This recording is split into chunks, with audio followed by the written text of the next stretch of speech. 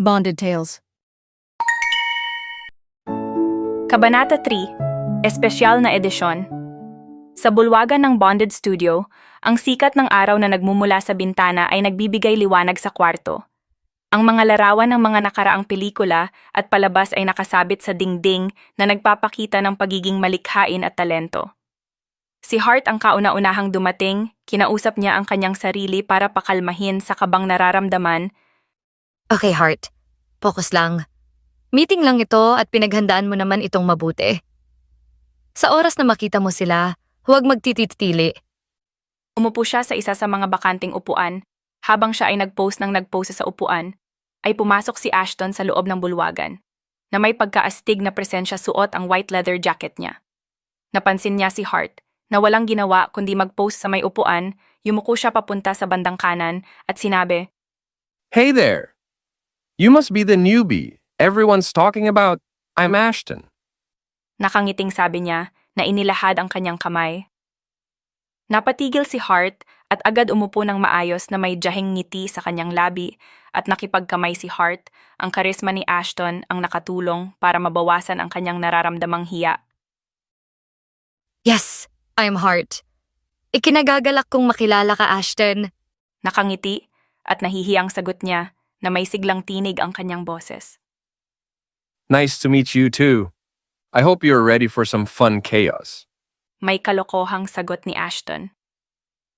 Nang sandaling iyon, nagmamadaling pumasok si Tessa sa silid. Ang kanyang matingkad na pulang buhok ay lagpas sa kanyang mga balikat. Siya ay may pagkalampa, pero siya ay masayahin. Tensya na, late ako. Natapilok ako nang dahil sa mga pa ako. Pag-amin niya, habang tinatawanan ang sarili. Kamusta? Ako si Tessa, personal assistant ni Ashton. Maligayang pagdating sa Bonded Studio. Dagdag niya, habang nakangiting nakatingin kay Hart, naramdaman ni Hart ang mainit na pagtanggap sa kanya ni Tessa. Sabihin mo lang sa akin kung saan ka nahihirapan sa role mo at agad kitang papayuhan. Sinserang saad ni Tessa. Sa tingin ni Hart na ang palad niya at nakakilala siya ng isang taong mukhang madaling lapitan at dahil dito, pakiramdam niya ay matatanggap siya at makakasundo niya rin ang ibang mga katrabaho niya. Ang sumunod na pumasok ay si Trevon, na may pagkaangas ang ngiti sa kanyang mga labi. What's up, everyone? Ready to create some magic today? Relax niyang pagbati habang naupo sa isa sa mga bakanteng silya. Always ready, Trevon. Nakangiting sagot ni Ashton. Umaasa ako na ang lahat ay gagawin ang kanilang makakaya sa araw na ito. Ilang sandali lang ay pumasok si Tadashi, na may messy hairstyle at ang kanyang suot na utility shirt ay nakadagdag lang sa kanyang kakisigan. Kaswal siyang umupo sa mesa at itinaas ang kanyang mga paa sa upuan habang nagpapahinga. Magandang umaga, Direktor. Anong plano para sa araw na ito? Saad niya ng may kaswal na tono. Maupo ka muna. Mamaya ay sasabihin ko sa inyo. Wika ni Ashton kay Tadashi.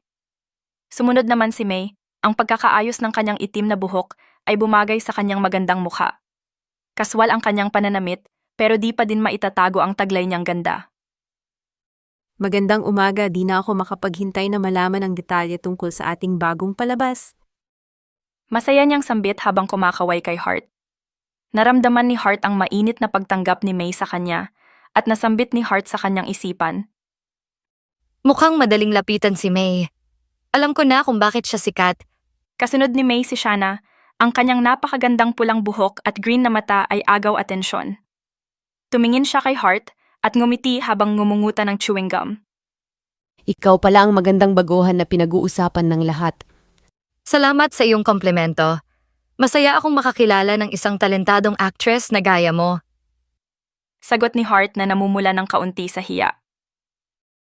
Pumasok naman si Liam, ang mamula-mula at kulay kayumangging buhok at suot niyang itim na t-shirt. Ay napansin ni Hart. Sumandal siya sa pader at pinag-cruise ang kanyang mga braso. Ano ang bago nating proyekto, Direktor? Kaswal niyang tanong. Tumingin sa kanya si Ashton at sinagot siya. Sasabihin ko pag nandito na ang lahat. Sabi niya habang iniikot ang kanyang paningin sa bulwagan. Biglaang pumasok si Clarkson na punong-puno ng karisma habang kasabay at hawak-hawak ang kamay ni Melody. Tumingin siya sa grupo at ngumisi. What's up, Director? Nanlaki ang kanyang mga mata nang mapansin niya si Hart at bigla ang binitawan ang kamay ni Melody. Wow, sino yung magandang babae na iyan? Humahanga niyang sambit. Itinaas ni Ashton ang kaliwa niyang kilay, bakas sa kanyang muka ang inis. Siya si Hart at mabuting wag mong pairalin ang pagiging babaero mo. Babala niya kay Clarkson. Si Melody, na nakalugay ang pagkakaayos ng kulay blonde niyang buhok, ay humakbang palapit kay Hart habang inaayos ang kanyang damit. Hi, ako si Melody. Ang ganda ng iyong balat. Payo ko lang sa'yo, iwasan mo si Clarkson kung ayaw mong mapabilang sa mga naging ex niya. Sabi niya nang may magandang ngiti kay Hart. Medyo naguluhan pero nagpasalamat at magalang na tumango si Hart habang sinambit sa kanyang sarili. Teka, mukha silang magkasintahan at magkahawak pa ang kamay nila kanina. At saka binobola ba ni Clarkson ang lahat ng babaeng makita niya? At bakit sinabi sa akin ni Melody ito? Sumunod na pumasok si Zarya. Ang kanyang maganda at kulay kayumang ginabalat ay kapansin-pansin. So, asan na ang bago nating katrabaho? Masaya niyang tanong. Nakita niya si Hart at lumapit, inilahad niya ang kanyang kamay. Hi, ako si Zarya. Anong pangalan mo? Ang pangalan ko ay Hart. Ikinagagalak kong makilala ka. Malambing niyang tugon habang nakikipagkamay kay Zarya. Panghuli, pumasok si Brian at si Hart ay napasinghap nang makita siya.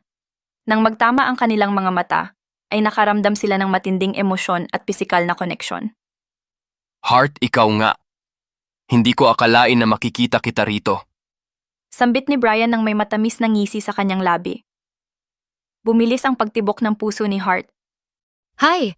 Masaya akong makita kang muli. Kaswal niyang tugon at sinusubukang panatilihing kalmado ang kanyang tono, ngunit nararamdaman ang matinding atraksyon kay Brian. Kitang-kita ng grupo na bagay sila at ang ilan sa kanila ay nagpalitan ng tingin habang sila ay kinikilig at nakangiti sa kanilang nasaksihan. Wow! Mukhang may namumuo sa pagitan nilang dalawa. Panunokso ni Trevon. This is gonna be interesting. Nakangiting dagdag ni Liam. Tumawa ng mahina si May at si Tessa naman ay pumalakpak at sinabi. Alright everyone, let's focus. Napatighim si Ashton at nakuha niya ang atensyon ng lahat. Okay, simulan na natin ang talakayan tungkol sa ating bagong proyekto. Pangako, magiging kapanapanabik ang ating diskusyon.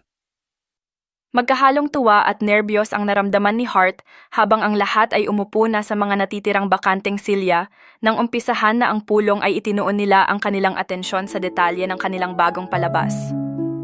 Itutuloy. Marami pong salamat sa inyong pakikinig.